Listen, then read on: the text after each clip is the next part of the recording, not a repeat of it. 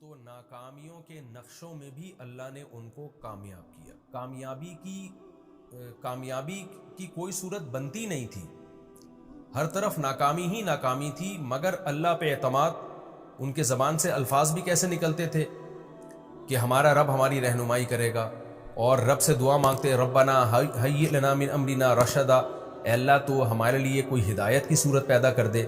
تو زبان سے بھی اچھے جملے نکال رہے تھے کہ بھئی اللہ مدد کرے گا، اور عملی طور پر بھی قربانی دے رہے تھے. تو کیسے ناکامیوں کے اسباب میں اللہ نے ان کو کامیاب کر کے دکھایا ایک معجزاتی طور پر. اب اللہ واقعہ بیان کر رہے ہیں ان متکبر لوگوں کا کہ کامیابی کے تمام اسباب کے ہوتے ہوئے بھی تکبر کی وجہ سے اللہ نے ان کو برباد کیا ہے. اور اس کا بنیادی مقصد مشرکین مکہ کو سمجھانا بھی ہے کہ جو بڑا ناز کرتے تھے اپنے بڑے ہونے پر، سردار ہونے پر، اور نبی کو حکم دیتے تھے کہ غریبوں کو اپنی محفل سے نکالیے، تو اللہ بتا رہے ہیں کہ تم سے پہلے بھی بہت لوگوں کو ہم نے اسباب اور وسائل اور دولت دی ہے، اور انہوں نے تکبر کیا تو کیسا ان کا انجام ہوا. تو تم بھی کبر سے بچو، تکبر سے بچو، اللہ کی طرف نسبت کرو. تو پہلے بھی ملحد لوگ گزرے ہیں جو خدا کے منکر تھے، آخرت کے منکر تھے، دولت پہ اور کامیابی کے نقشوں کو دیکھ کر وہ دھوکے میں پڑ گئے اور سمجھنے لگے جیسے ہم یہاں کامیاب ہیں تو ہمیشہ ہم کامیاب ہی رہیں گے. اس کے لیے اللہ نے نبی صلی اللہ علیہ وسلم کو حکم دیا کہ آپ ایک مثال بیان کیجئے. وَاضْرِبْ لَهُم مَثَلَ الرَّجُلَيْنِ، آپ ان کے لیے ایک مثال بیان کیجئے دو آدمیوں کی. دو دوست تھے یا دو گپ شپ لگانے والے تھے، تو ان میں سے ایک کو اللہ نے بہت مال اور اسباب دیے، دوسرا غریب تھا. تو جو دولت مند تھا وہ غریب پر اپنی فوقیت کس طرح سے بیان کرتا تھا، اس پہ کیسے اپنے بھرم میں لینے کی کوشش کرتا تھا اس کو، اور کیسے روب ڈالتا تھا اس کے اوپر. اللہ فرماتے ہیں جعلنا لأحدہما جنتین، ہم نے دونوں میں سے ایک کے لیے دو باغ بنائے. اب دیکھو اللہ تعالیٰ نے کیسا نظام رکھا ہے. دو باغ تھے تو اللہ ایک مساوات کا نظام چلاتا، ایک کو ایک باغ دے دیتا، دوسرے کو دوسرا باغ دے دیتا. لیکن اللہ تعالیٰ کی حکمت ہے کہ کسی کو بہت دولت دے دیتے ہیں، کسی کو بالکل غریب بنا دیتے ہیں. اب ایک ہی کو دو باغ دے دیے، دوسرے کے پاس کچھ بھی نہیں ہے. جعلنا لأحدہما جنتین من اعناب، انگوروں کے باغ تھے. وحففناہما بنخل، اور باغ بھی ایسے خوبصورت کہ ہم نے کھجوروں کے درختوں سے ان کو ڈھانکا ہوا تھا. اور وجعلنا بینہما زرعا، اور ان دونوں باغوں کے بیچ میں بھی کھیتی تھی اس کی، جو اس کی پیداوار میں اور تجارت میں اضافے کا ذریعہ بنتی تھی. کلتا الجنتین آتت اکلہا، دونوں باغ اپنا اکل یعنی اپنا پھل دیا کرتے تھے. ولم تظلم منہ شیئا، اور اس میں ذرہ برابر بھی کمی نہیں کیا کرتے تھے، بھرپور طریقے سے اپنی پیداوار دیا کرتے تھے جیسے باغ برکت والے باغ ہوتے ہیں. وفجرنا خلالہما نہرا، اور ان باغوں کے بیچ میں ہم نے پانی کا انتظام بھی کیا تھا، نہر تھی تاکہ باغ کے مالک کو سیراب کرنے میں کوئی دشواری نہ ہو. وَكَانَ لَهُ ثَمَرٌ، اور اس شخص کے لیے اس کے علاوہ بھی ثمر تھا، یعنی ان باغوں کے علاوہ بھی اس کی سورس آف انکم تھی، پیسہ تھا اس کے پاس. فَقَالَ لِصَاحِبِهِ، اب ظاہر ہے جب باغ بھی پھل دے رہا ہے اور الگ سے تجارتیں بھی چل رہی ہیں اور دوست غریب ملے ہوئے ہیں، تو ظاہر ہے پھر دوستوں پر انسان اپنی دھاک جماتا ہے، روب جماتا ہے، ان پر اپنی فضیلت اور فوقیت شو کرتا ہے. تو یہاں بھی ایسا ہی ہوا، یہ تکبر میں آ گیا. فقال لصاحبہ، اپنے ساتھ چلنے والے یا بیٹھنے والے کے ساتھ کس سے کہنے لگا. وہو یحاورہ، اور وہ اس سے گپ شپ کر رہا تھا، بات چیت کر رہا تھا، باتیں ادھر ادھر کی ہو رہی تھی تو بیچ میں شو مارنا شروع کر دی. انا اکثر منک مالا، میرے پاس پیسے بھی زیادہ ہیں. جیسے ہوتا ہے نا شو بازی میں آتے ہیں لوگ ادھر ادھر کی باتیں کرتے ہوئے، کیا کہتے ہیں بھائی ہمارا بڑا بینک بیلنس ہے. وَأَعَزُّ نَفَرًا، اور نفر افرادی قوت بھی میری تجھ سے زیادہ ہے، میرے ملازمین دیکھو، میری اولاد دیکھو. پہلے زمانے میں لوگ اولاد کی کثرت پہ ہمیشہ فخر کرتے تھے، بچے زیادہ ہوتے تھے اور شو مارتے تھے. تو چونکہ اولاد کی کثرت کو وہ نعمت سمجھتے تھے. آج چونکہ فطرت سے باغی ہو رہی ہے انسانیت، فطرت سے بغاوت ہے کہ خاندانی نظام میاں بیوی کے سیٹ اپ کو چھوڑ کر گرل فرینڈ جو گدے گھوڑوں کا کام ہے وہ کام شروع کر دیا، اور اس سے زیادہ فطرت کے باغی بنے ہیں تو ہومو سیکچولیٹی کو فروغ دینے کی کوشش کر رہے ہیں، جو مرد مرد سے اور عورت عورت سے. اور تو یہ جو نسل روکنا ہے نا کہ بچے کم ہوں، تو یہ بھی فطرت سے بغاوت ہے کہ جو چیز آپ کے لیے نعمت تھی، بڑھاپے کا سہارا تھی، اسی کو عذاب سمجھنا شروع کر دیا. یہب لمن یشاء اناسا، قرآن کہتے ہیں جس کو چاہتا ہوں بیٹیاں گفٹ دیتا ہوں، گفٹ کا لفظ استعمال کرتا ہے، جس کو چاہتا ہوں بیٹے گفٹ دیتا ہوں، تو جو گفٹ تھا اس کو پینلٹی سمجھنا شروع کر دیا۔ یہ سب انسان کے نا بے عقل ہونے کی دلیل ہے کہ سائنسی ترقی تو بہت کر رہا ہے مگر فطرت سے باغی بنتا چلا جا رہا ہے۔ تو وہ فخر کر رہا ہے کہ میرے پاس افراد بھی زیادہ ہیں، اولاد بھی، بظاہر اس سے اولاد ہی مراد ہے، کیونکہ آگے جو اس کے دوست نے جواب دیا نا تو اس کی اولاد کم تھی، تبھی اس نے کہا کہ میری اولاد کم ہے تو اس پہ تو فخر نہ کر کہ تیری اولاد زیادہ ہے۔ وَدَخَلَ جَنَّتَهُ، اور وہ اپنے باغ میں داخل ہوا، وَهُوَ ظَالِمٌ لِنَفْسِهِ، قرآن کہہ رہا ہے اپنی جان پہ ظلم کر رہا تھا، یعنی اسے پتہ نہیں تھا کہ میں جو الفاظ آگے بولوں گا یہ میں اپنا ہی نقصان کر رہا ہوں۔ وہ کیسے اس نے جان پہ ظلم کیا؟ قَالَ مَا أَظُنُّ أَن تَبِيدَ هَٰذِهِ أَبَدًا، اپنے دوست سے کہنے لگا میں نہیں سمجھتا کہ یہ کبھی ہلاک ہوگا، یعنی اسباب پہ نظر کر رہا ہے، جیسے کہ ملحد لوگ کرتے ہیں، ایتھیس لوگ کرتے ہیں، مذہب کے منکر اور جو نام نہاد لبرل ہے وہ کرتے ہیں، وہ اسباب کو دیکھتے ہیں۔ دیکھیں اصحاب کہف کے بعد یہ واقعہ کتنی زبردست ربط ہے نا آپس میں۔ اصحاب کہف دیکھ رہے ہیں کہ کوئی سبب نہیں ہے، لیکن کیا کہہ رہے ہیں کہ امید ہے کہ ہمارا رب ہمیں ہماری رہنمائی کرے گا، ہمیں اچھا ٹھکانہ دے گا، وہ امید کی باتیں کر رہے ہیں جبکہ اسباب بالکل بھی نہیں ہے۔ تو اور یہ کیا کر رہے ہیں کہ اسباب پہ اعتماد کر کے بیٹھ گئے ہیں، یہ کہہ رہے ہیں کہ میرا اتنا اچھا باغ ہے اور نہر بھی ہے اور پانی کا بھی انتظام ہے، تو کیوں تباہ ہوگا بھائی باغ؟ یہ مطلب یہ ہے کہ اللہ کیا ہوتا ہے، مقصد اللہ کی نفی تھی کہ کوئی خدا نہیں ہے، ہمیں کسی سے ڈرنے کی ضرورت نہیں ہے، سب کچھ ہے، بارشیں برس رہی ہیں، نہریں چل رہی ہیں اور بہترین میرا بزنس ہے، تو اس کو کوئی نقصان نہیں پہنچا سکتا۔ کیونکہ اس زمانے میں بھی علماء جو نیک لوگ تھے ڈراتے تھے نا مالداروں کو کہ بھئی اللہ کی اطاعت کرو، شرک مت کرو، تو اس نے بھی وہی کام کیا کہ علماء کا مذاق اڑانا شروع کیا، یا پیغمبروں کی تعلیمات کا جو اس زمانے میں تعلیمات تھیں ان کا مذاق اڑانا شروع کیا۔ یہ واقعہ کب ہوا، کہاں ہوا، یقینی طور پر ہمیں اس کا کسی تاریخی کتاب سے یقینی ثبوت نہیں ملتا، البتہ کچھ آثار ملتے ہیں، حضرت مفتی تقی عثمانی صاحب نے بھی اپنے سفر نامے میں ذکر کیا، لیکن انہوں نے بھی اس کا تذکرہ کیا کہ یقینی نہیں ہے یہ۔ تو جب یقینی نہیں ہے تو ہم کیوں اس میں رائے پیش کریں؟ بس ہمیں یہ پتہ ہے کہ رسول اللہ صلی اللہ علیہ وسلم کے دنیا میں آنے سے پہلے پچھلی امتوں میں یہ واقعہ ہوا ہے، اس سے زیادہ ہم اس کے بارے میں نہیں جانتے۔ تو قال ما اظن ان تبید هذه ابدا، اس نے کہا کہ میں نہیں سمجھتا یہ کبھی ختم ہوگا، لہذا میں کوئی ڈرنے کی، گھبرانے کی، اللہ کے شکر ادا کرنے کی، گناہوں کو چھوڑنے کی، یہ مذہبی اسکالرس کی باتیں، ان بکھیڑوں میں پڑھنے کی ضرورت نہیں ہے۔ وما اظن الساعة قائمة، رہا یہ مسئلہ کہ جو اہل اللہ ہیں، علماء ہیں، وہ تو کہتے ہیں قیامت قائم ہوگی، دنیا میں عذاب نہیں بھی آیا تو قیامت کے دن تو آئے گا، تو قیامت جب آئے گی تو اس وقت کے لیے تیاری کر لو، اللہ سے تعلق بحال کر لو۔ تو کہنے لگا کہ کوئی قیامت نہیں آئے گی، میں نہیں سمجھتا کہ کوئی آخرت قائم ہوگی۔ وَلَئِن رُدِدتُّ إِلَىٰ رَبِّي، اور اگر بالفرض میں اپنے رب کی طرف چلا بھی گیا، اللہ نے مردوں کو دوبارہ زندہ کیا، حساب و کتاب کے لیے کھڑا کر بھی لیا، تو یہ مولوی لوگ جہنم میں جائیں گے، مجھے وہاں بھی جنت ملے گی۔ جیسے کہ آج کہہ رہے ہوتے ہیں نا جو علماء سے بغض رکھنے والے لوگ ہیں کہ آخرت بھی انگریزوں کے لیے، کیونکہ وہ ایک نمبر ہوتے ہیں، وہ دیندار ہوتے ہیں، انہوں نے دنیا میں اتنی ترقی کی تو آخرت بھی انہی کے لیے اگر ہوئی، مسلمان آخرت میں بھی جہنم میں جائیں گے، ان کی حرکتیں دیکھو۔ اس طرح بھی بعض لبرل لوگوں کی سوچ ہے کہ بالفرض اگر آخرت قائم ہوئی تو ہم وہاں بھی پٹیں گے، تو ایسا نہیں ہے بھائی، آپ اللہ پہ ایمان لانے والوں کو اور نہ لانے والوں کو ایک جیسا کیسے سمجھ سکتے ہیں؟ تو اس کا بھی یہی خیال تھا، یہ اس زمانے کا ملحد تھا، ایتھیس تھا، تو کہنے لگا اگر بالفرض میں اپنے رب کے پاس گیا بھی، لَأَجِدَنَّ خَيْرًا مِّنْهَا، تو اس سے بہتر باغ میں وہاں پاؤں گا منقلبہ، لوٹنے کے اعتبار سے۔ مطلب یہ کہ میری قابلیت اور اتنا کچھ میں نے اسٹرگل کی، ایمانداری کے ساتھ محنت کر کے میں یہاں تک پہنچا ہوں، تو اس کا مطلب میں ایک اچھا انسان ہوں۔ تو اگر بالفرض قیامت قائم ہو بھی گئی تو جیسے مجھے یہاں بہت کچھ ملا ہے میری محنت کی وجہ سے، تو وہاں بھی لازمی ملے گا مجھے، تو اس لیے اس کے لیے مجھے نماز روزے کی اور توحید کی اور ان سب بکھیڑے میں پڑھنے کی ضرورت نہیں ہے۔ لیکن اس کا جو دوست تھا، غریب تھا، وہ مسلمان تھا، اس نے کیا کہا؟ قال له صاحبه، اس کے دوست نے اس سے کہا، وهو يحاوره، وہ بھی گپ شپ کر رہا تھا، کیا کہا؟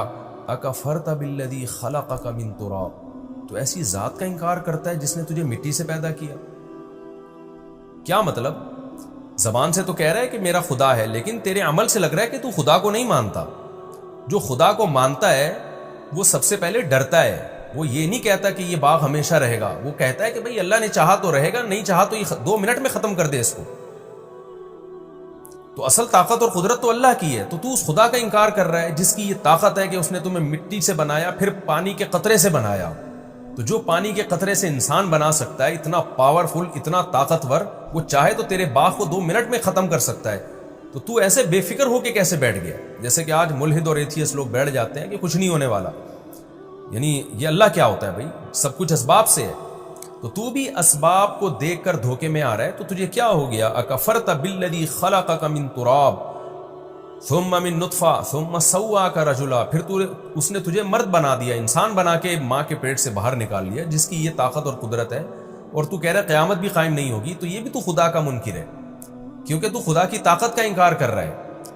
اس لیے کہ جو یہ کہتا ہے نا قیامت قائم نہیں ہوگی، وہ اس لیے یہ کہتا ہے کہ اس کے ذہن میں یہ ہوتا ہے یہ مردے دوبارہ زندہ کیسے ہو جائیں گے؟ اس کا مطلب آپ خدا کے منکر ہو، آپ خدا کی طاقت کا انکار کر رہے ہو۔ تو یہ تمام باتیں خدا کا انکار ہیں۔ ان سب کی ایک ہی دلیل ہے کہ جس نے مٹی سے پانی کا قطرہ بنا دیا اور پانی کے قطرے سے پورا انسان بنا کے ماں کے پیٹ سے باہر لے آیا اور پھر ماں کی چھاتیوں میں دودھ پیدا کر دیا، اب اس کو اپنی طاقت اور قدرت کے لیے مزید کسی دلیل کی ضرورت نہیں ہے۔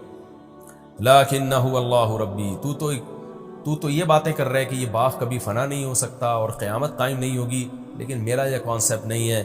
میں تو کہتا ہوں اللہ ہے میرا رب، ولا اشرک بربی احدا، میں اپنے رب کے ساتھ کسی کو شریک نہیں کرتا، عقیدہ توحید کا قائل ہوں میں کہ سب طاقتیں اسی کے پاس ہیں۔ تو تجھے ہونا یہ چاہیے تھا کہ تو جب باغ میں داخل ہوتا تو یہ کہتا، یہ ایسے جیسے دوست گویا بزبان حال کہہ رہے کہ بھائی تو خدا کی تعریفیں کر کے کہنا کیا چاہتا ہے؟ تو جو کہہ رہے اللہ میرا رب ہے اور میں گویا کفر کر رہا ہوں، تو صحیح طرح بتا تو کہنا کیا چاہتا ہے کہ مجھے کیا کرنا چاہیے؟ اس لیے اگلے جملے میں اس نے یہ کہا وَلَوْلَا إِذْ دَخَلْتَ جَنَّتَكَ، ایسا کیوں نہیں ہوا کہ جب تو اپنے باغ میں داخل ہوا قُلْتَ مَا شَاءَ اللَّهُ، تو کہتا بھائی جو اللہ چاہتا ہے وہ ہوتا ہے۔ تو اللہ نے چاہا مجھے اتنا اچھا باغ دے دیا، اللہ چاہے تو یہ چھین بھی سکتا ہے۔ تو یہ اللہ کی طاقت ہے، یہ میرا کمال نہیں ہے۔ لا قوت الا باللہ، کوئی قوت نہیں ہے مگر اللہ کی طاقت کے ساتھ۔ اللہ کی طاقت ہوگی تو پھر ان قوتوں کا ہمیں فائدہ ہوگا۔ ان ترانی انا اقل منک مالا وولدا، اگر تیرا خیال یہ ہے کہ میں مال اور اولاد میں تجھ سے کم ہوں تو بجائے دھونس جمانے کے تو اللہ کا شکر ادا کرتا، بھئی اللہ کا دیا ہے، یوں کہتا فاسا ربی، میں تو امید کی بات کرتا ہوں، امید ہے میرا رب ان یؤتینی خیرا من جنتی کا، ہو سکتا ہے وہ کل تقدیر کا پانسا پلٹے اور تیرے باغ سے بھی بہتر باغ مجھے دے دے۔